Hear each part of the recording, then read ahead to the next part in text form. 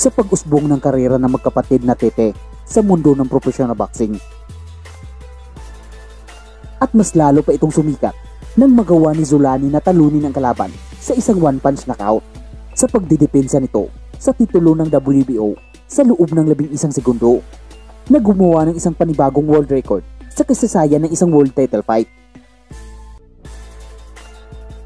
Habang patuloy na sumisikat ang magkapatid, ay nakalaban ni Makazuli ang Pilipinong si Jonas Sultan para sa pagdidepensa nito sa titulo ng IBF Intercontinental, na pinanalo pa niya sa laban niya kay Raymond Tabucon, na isa ring Pinoy na tinalo niya sa isang technical knockout.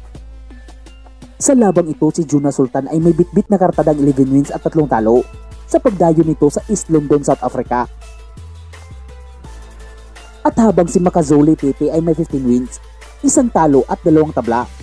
At ang labang ito ay isang 12 round na bakbakan sa Super Flyweight Division.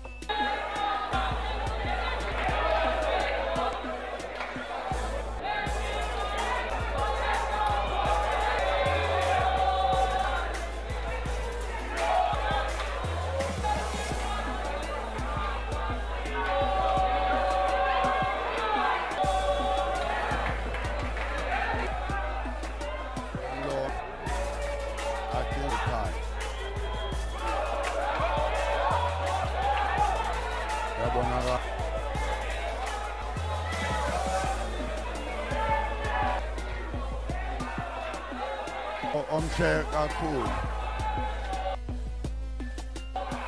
phakathi kaMakazole Tete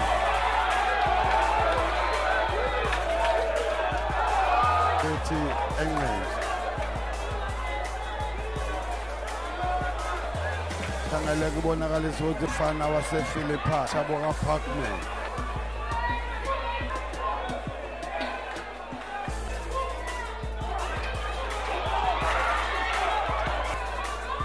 emthanthana into yokokuba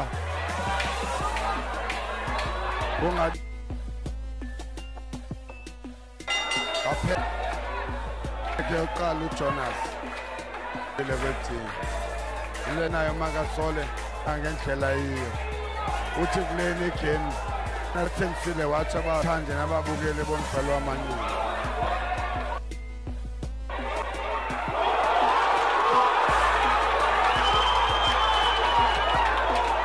Sa tindi ng mga patama ni Sultan ay hinimatay na si Makazole Tete habang ito ay nakasandal pa sa lubid at rinapido pa ng sunod-sunod na kombinasyon.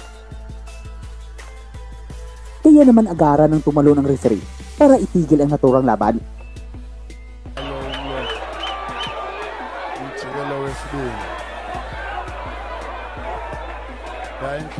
Ang pagkapanalo ni Jonas Sultan na ito ay ang kauna-unahang regional title ni Sultan nang pasukin nito ang professional boxing.